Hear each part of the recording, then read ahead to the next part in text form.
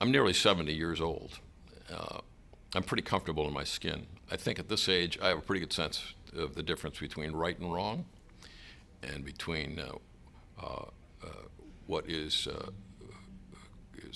proper behavior and what is not. Uh, I have learned a few things that I wish I had known when I was 18 years old. If I was able to communicate with a much younger Jack Marsh, this is what I would say. That journalism is absolutely the right career for you, Jack, because it has been. It's been a wonderful career for me. It's allowed me to, I'm a naturally curious person. It's been an interesting career. It has exposed me to so much, and I've been surrounded by incredible professionals in my career, and I'm deeply, sincerely proud to be a member of the journalism profession.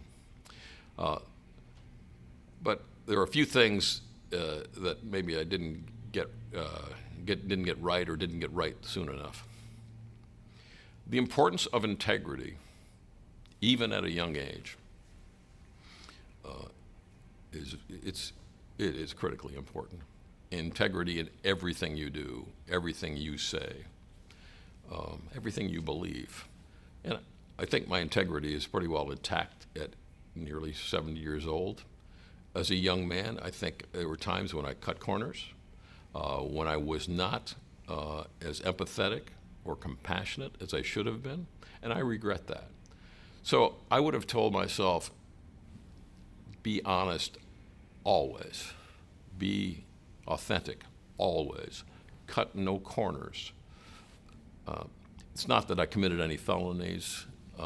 It's not that I, lower my head in shame. But as a young man, I did some things I would not have boasted about. So when you're 18 years old, grow up. You better do it right every time. And maybe you won't be caught, but if you continue that kind of behavior, you will be caught, and your career will crash. Your relationships will crumble, and it won't be a very good life. If you have true integrity, you're committed to honesty, you're committed to justice, to a better understanding among people, twixt men, things work out pretty well. This would be a real surprise to an 18-year-old Jack Marsh, but I've also learned a lot about what I regard as the number one public health issue in this country, and that is addiction. I never imagined that addiction would impact my extended family, my colleagues, my circle of friends as much as it has. It is devastating, potentially devastating.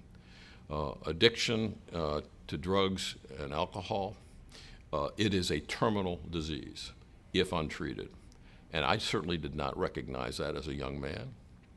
And I don't think many people today at age 18, 19, 20 have any idea how risky a behavior it is. It is a disease, all right? It is a mental illness, and it needs to be treated as such.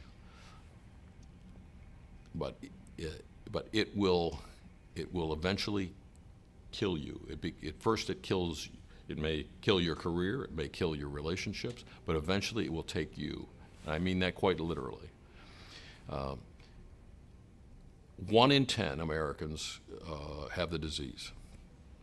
Part of what I do now as a retired person is I'm deeply involved in what you might think of as the recovery community. And my family is impacted by this disease. I have had countless colleagues and friends impacted by this disease.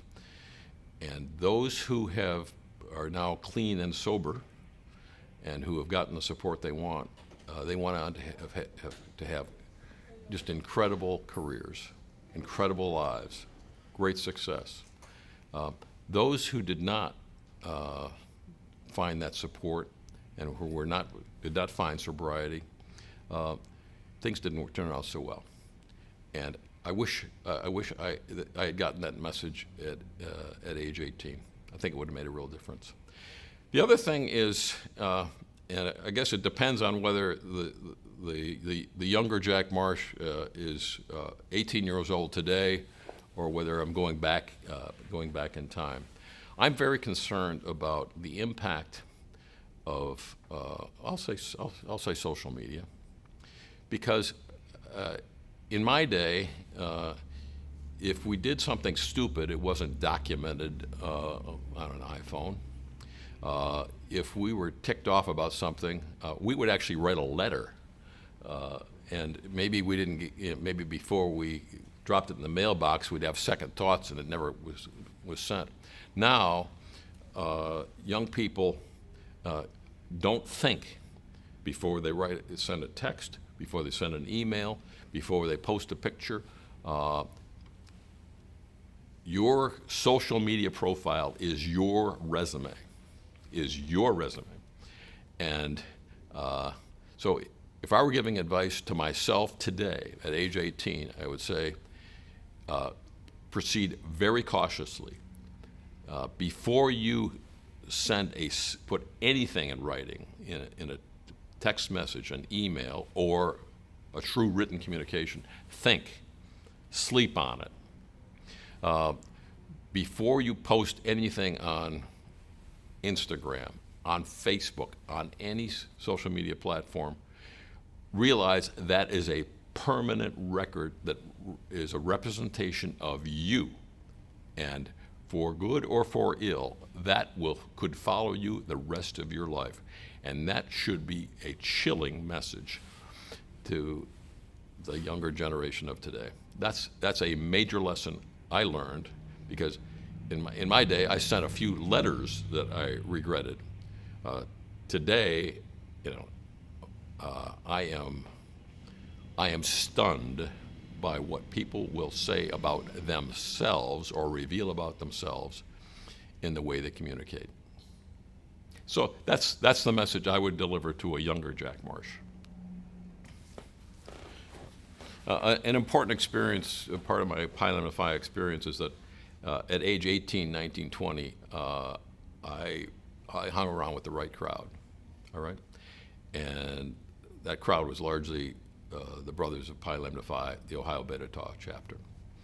I became a member of this fraternity in 1968.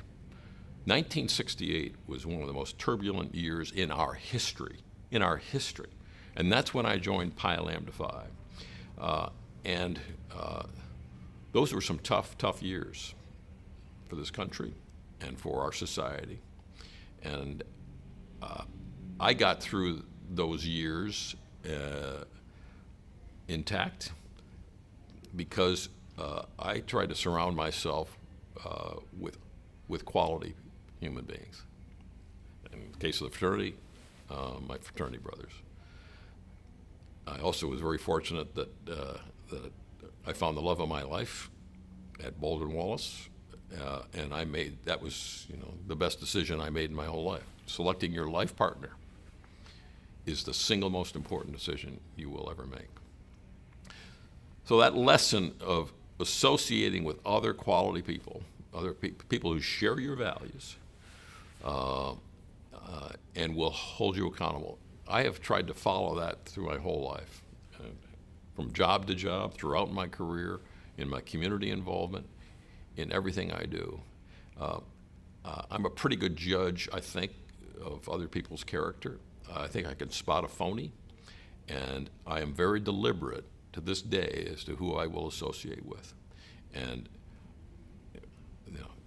I celebrate that I have had the opportunity to work with, to know, and have developed some deep friendships with some incredible people, some who reached great prominence in this country and in my profession, including Al Newharth, a man I worked for directly for 15 years.